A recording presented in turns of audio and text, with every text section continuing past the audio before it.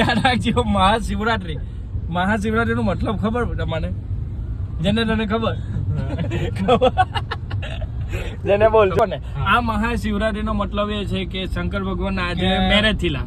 આજે દુનિયાનો પહેલો લવ મેરેજ છે તે મહાદેવનો હતો. બરાબર. હવે એમાં કેવું કે આમાં અપવાસ જેન્ટ્સ વધારે કરે કે લેડીઝ વધારે કરે?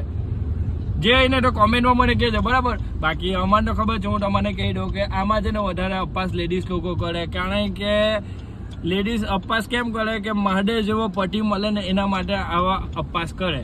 ને શ્રાવણ મહિનામાં છે ને બંને કરે અપવાસ. તો મારા દોસ્તારને મેં પૂછ્યું કે તું અપવાસ કર્યો કે નહીં કર્યો, કે મેં કર્યું છે. એ માણસનું નામ નહીં આપું, બાકી તમે એને લાલ કલાક કે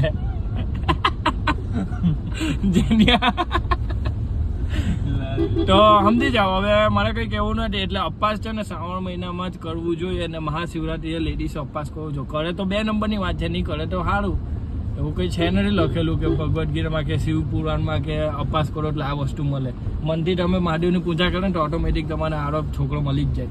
જેમ કે અત્યારે મેં છું, અત્યારે કોઈને મનમાં અત્યારે હું કોઈને મળતો જ નથી, ખાલી એમ મજાક કરું છું.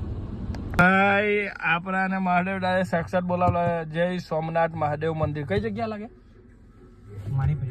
આ મારી ફળિયામાં હું દોસ્તાર હેર કટિંગ કરાવવા આવલો હતો, પાણી ભરવા ગયો તો મહાદેવને બહુ બોલાવવા આવ્યો કે પાણી ભરતા ભરતા સોમનાથ મહાદેવના મંદિરના દર્શન થયા. હવે દર્શન કરીને જ આવ્યો. શું કે ભાઈ જવું છે કે નહીં? જવું. જય મહાદેવ. હર હર મહાદેવ.